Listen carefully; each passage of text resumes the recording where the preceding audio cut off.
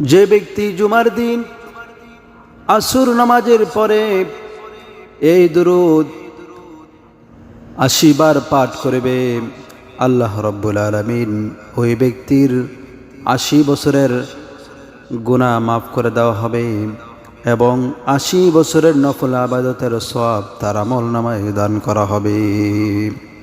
দুরূদ হলো আল্লাহুম্মা সাল্লি আলা মুহাম্মাদিন নবিয়্যিল উম্মি ওয়া আলা আলিহি ওয়া সাল্লিম তাসলিমা।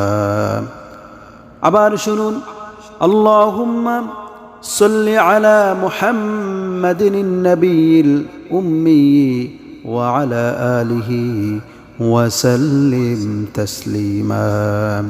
৮০ বার পাঠ করুন, আল্লাহ রাব্বুল আলামিন ৮০ বছরের গুনাহকে ক্ষমা করে দিবেন।